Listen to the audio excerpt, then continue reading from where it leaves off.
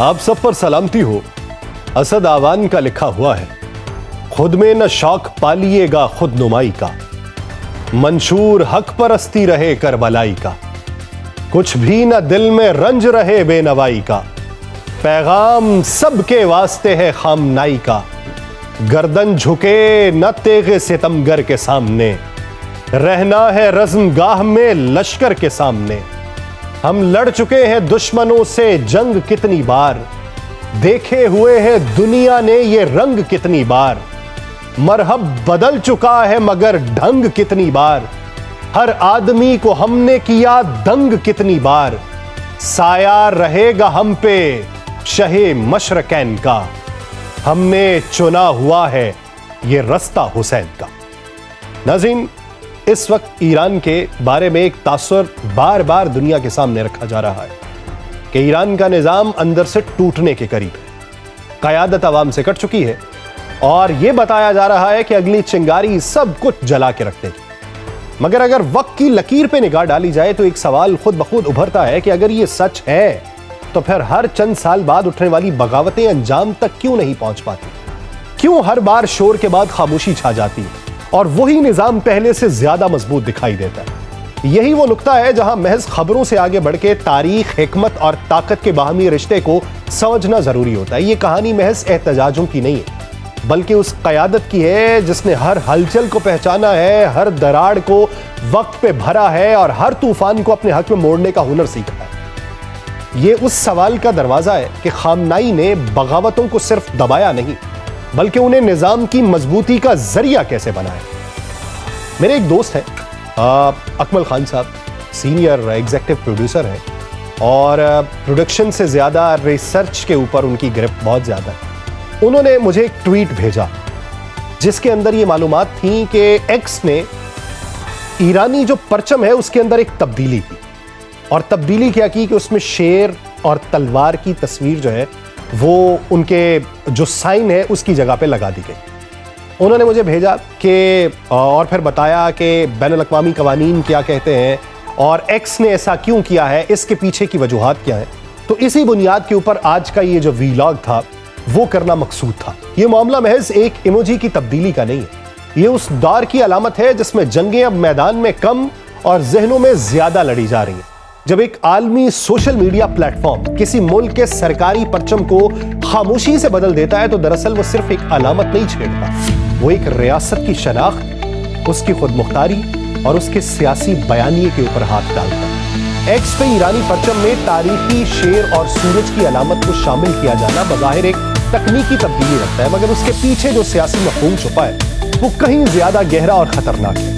ایران کا موجودہ پرچم 1979 کے اسلامی انقلاب کے بعد اختیار کیا گیا, جس میں سبز, سفید اور سرخ رنگ کے درمیان میں اسلامی جمہوریہ کی علامت اور کناروں پہ اللہ اکبر کی تحریر شامل ہے. اس پرچم کو اقوام متحدہ سمیت پوری دنیا میں ایران کی واحد قانونی شناخت کے طور پہ تسلیم کیا جاتا ہے. اس کے مقابلے میں میں غلط بیانی سے کام لے گیا, میں نے شیر اور تلوار کہا. شیر اور سورج کی علامت جو ہے یہ ایران کی بادشاہت کے دور سے جڑی ہوئی ہے جو پہلوی خاندان اور اس سے پہلے کے شاہی ادوار کی نمائندہ تھی. انقلاب کے بعد اسی علامت کو رد کر کے ایک نئی سیاسی, مذہبی اور نظریاتی نظام کی بنیاد رکھی گئی. چنانچہ آج اس نشان کو دوبارہ نمایاں کرنا محض تاریخ کی یاد دہانی نہیں ہے بلکہ موجودہ نظام کی نفی کا ایک واضح پیغام ہے.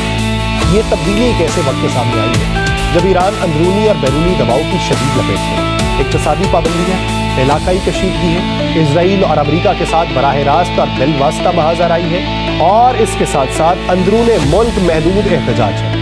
انہی چند احتجاجی واقعات کو بنیاد بنا کر ایک مخصوص بیانیہ تشکیل دیا جا رہا ہے کہ گویا پورا ایران کا نظام جو ہے وہ تہس نہس ہو جائے.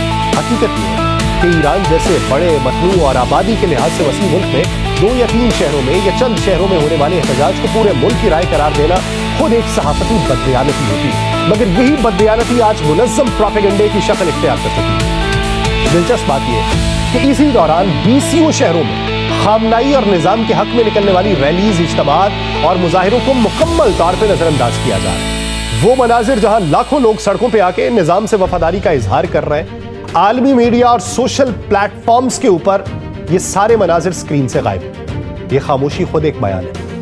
ایرانی حکومت خود یہ کہتی ہے کہ ان کے مسائل جنون، لیکن توڑ پھوڑ کرنے والے، نظام کے خلاف ہونے والے یہ بیرونی ہاتھوں کے آلائے کار ہیں۔ اس وقت بیرونی سطح پہ یہ طے کیا جا رہا ہے کہ دنیا کو کیا دکھانا ہے اور کیا نہیں۔ ایکس پہ ایرانی پرچم کی علامت میں تبدیلی اسی سلسلے کی ایک کڑی۔ عام طور پہ جب کوئی صارف کسی ملک کا پرچم دیکھنا چاہتا ہے تو وہ اس ملک کا ایک مختصر کوڈ لکھتا ہے ٹویٹر کے اوپر، اور یہ بھی مجھے جو ہے اکمل خان صاحب نے بتایا کہ جیسے ایران کے لیے IR، بھارت کے لیے IND، امریکہ کے لیے USA، یہ تمام ایموجیز اقوام متحدہ کے تسلیم شدہ جھنڈوں کے مطابق ہوتے ہیں۔ ایسے میں ایران کے پرچم میں از خود ایک متنازع، غیر سرکاری اور تاریخی طور پہ منسوخ شدہ علامت شامل کر دینا یہ بین الاقوامی اصولوں کی کھلی خلاف ورزی ہے۔ اقوام متحدہ کے قوانین یہ واضح کرتے ہیں کہ کسی ریاست کی علامت، پرچم یا شناخت کو اس کی رضامندی کے بغیر تبدیل نہیں کیا جا سکتا، خصوصاً جب وہ تبدیلی سیاسی مفہوم رکھتی ہے۔ یہاں سوال یہ نہیں کہ ایکس نے یہ تبدیلی کیوں کی، اصل سوال یہ ہے کہ اس سے فائدہ کس کو ہو رہا ہے۔ شیر اور سورج کی علامت آج ایران کے اندر بنیادی طور پہ جلا وطن، شاہ پرست حلقوں، مغربی دارالحکومتوں میں بیٹھے اپوزیشن گروپس اور رضا پہلوی کی نمائندگی کرتے ہیں، جو خود ٹویٹ کے اندر یہ لکھ رہا ہے کہ مسٹر پریزیڈنٹ یعنی ڈونلڈ ٹرمپ کو مخاطب کر کے کہ ایران کے اندر لاکھوں لوگ سڑکوں پہ ہیں، ان کے اوپر گولیاں چلائی جا رہی ہیں، آپ کو کچھ نہ کچھ کرنا چاہیے۔ اور ایران میں نظامی تبدیلی کا وہ خواب رکھتا ہے، لیکن کس کے ذریعے؟ امریکہ کے ذریعے۔ اس علامت کو نمایاں کر کے یہ تاثر دیا جا رہا ہے کہ ایران کی اصل شناخت اسلامی جمہوریہ نہیں بلکہ وہ شاہی ماضی ہے جسے عوام دوبارہ چاہ رہے ہیں۔ یہ تاثر زمینی حقائق سے کتنا مختلف ہے، اس پر بحث کی گنجائش موجود ہے، مگر پروپیگنڈا حقائق کا محتاج نہیں ہوتا، وہ صرف تاثر پیدا کرتا ہے۔ یہ بھی یاد رکھنا چاہیے کہ نو آبادیاتی طاقتوں کا پرانا طریقہ یہ رہا ہے کہ کسی ملک کے اندرونی اختلافات کو بڑھا چڑھا کر پیش کیا جائے۔ میں یہ نہیں کہتا کہ ایران کے اندر مسئلے نہیں ہیں، مسئلے ہیں، جینون ہیں، لوگ سڑکوں پہ ہیں، معاشی مسائل کی وجہ سے ہے، لیکن بین الاقوامی سطح کے اوپر پورٹرے کیا جاتا ہے کہ ایک محدود طبقے کی آواز کو اکثریت بنا کے دکھایا جاتا ہے اور پھر اسی بنیاد پہ مداخلت کو اخلاقی جواز بنا دیا جاتا ہے۔ عراق، لیبیا، شام اور افغانستان کی مثالیں زیادہ پرانی نہیں ہیں۔ ایران کے معاملے میں بھی یہی سانچہ استعمال ہوتا دکھائی دے رہا ہے۔ فرق صرف یہ ہے کہ اب ہتھیاروں سے پہلے ایموجیز ہوتے ہیں، ہیش ٹیگز ہوتے ہیں اور الگوریدمز حرکت کے اندر آتے ہیں۔ ایکس جیسے پلیٹ فارم کا کردار یہاں خاص طور پہ اہم ہو جاتا ہے کیونکہ یہ خود کو آزادی اظہار کا علمبردار کہتا ہے، مگر آزادی اظہار اور ریاستی شناخت میں فرق ہوتا ہے۔ کسی فرد کو حکومت پر تنقید کا حق ہے، مگر کسی کمپنی کو یہ اختیار نہیں کہ وہ کسی ملک کی تسلیم شدہ علامت بدل کے ایک خاص سیاسی بیانیے کو فروغ دے دے۔ یہ وہ باریک لکیر ہے جسے جان بوجھ کے پامال کیا جا رہا ہے۔ ایران مخالف پروپیگنڈے کی شدت کا اندازہ اسی بات سے لگایا جا سکتا ہے کہ اب معاملہ خبروں، تجزیوں یا رپورٹس تک محدود نہیں رہا، بلکہ بصری علامات، ڈیجیٹل شناخت اور روزمرہ استعمال کی چیزوں تک پہنچ چکا ہے۔ جب ایک عام صارف اپنے فون یا کمپیوٹر پر ایران کا نام لکھے ٹویٹر کے اوپر اور اس کے سامنے ایک ایسا پرچم آئے جو ریاست کی نمائندگی نہیں کرتا، تو لاشعوری طور پہ ایک پیغام اس کے ذہن میں بیٹھ جاتا ہے کہ موجودہ نظام عارضی ہے، متنازع ہے یا غیر قانونی ہے۔ یہی وہ نفسیاتی جنگ ہے جو خاموشی سے لڑی جا رہی ہے۔ آپ کسی سے پوچھ لیں کہ بھائی ایران کا کیا بنے گا تو وہ آپ کو یہی کہے گا بس امریکہ حملہ کرنے والا ہے۔ اس جنگ میں ٹینک اور میزائل نہیں بلکہ الفاظ، تصاویر اور علامات استعمال ہوتی ہیں۔ ایران کے اندر ہونے والے محدود احتجاج کو پورے ملک کی آواز بنا دینا، وفاداری کے مظاہروں کو مکمل طور پہ غائب کر دینا اور پھر ریاستی علامت کو بدل دینا، یہ سب ایک ہی سلسلے کے مختلف مراحل ہیں۔ ایران کی تاریخ میں اگر ایک چیز مسلسل دہرائی گئی ہے تو وہ یہ ہے کہ ہر دور میں طاقت کے مراکز کو اندر سے توڑنے کی کوشش کی گئی اور ہر بار یہی سمجھا گیا کہ شاید اس مرتبہ نظام ہل جائے گا۔ سید آیت اللہ علی خامنائی کے عہد میں بھی یہ تجربہ کئی بار دہرایا گیا، مگر ہر مرتبہ انجام ایک جیسا رہا۔ بغاوت کا شور اٹھا، اسے پورے ملک کا رد عمل بنا کے پیش کیا گیا، بیرونی دنیا میں تاثر دیا گیا کہ نظام آخری سانسیں لے رہا ہے، مگر چند ہفتوں یا مہینوں بعد وہی نظام پہلے سے زیادہ مضبوط ہو کے سامنے آیا۔ اس تسلسل کو سمجھے بغیر نہ ایران کو سمجھا جا سکتا ہے اور نہ ہی خامنائی کی حکمت عملی کو۔ اگر ابتدا کی بات کی جائے تو سب سے پہلے 1999 کے طلبہ مظاہرے سامنے آئے تھے۔ تہران یونیورسٹی سے اٹھنے والی اس تحریک کو اس وقت مغربی میڈیا نے ایرانی نوجوانوں کی بغاوت کا نام دیا۔ دعویٰ کیا گیا کہ اب مذہبی قیادت نوجوان نسل سے کٹ چکی ہے۔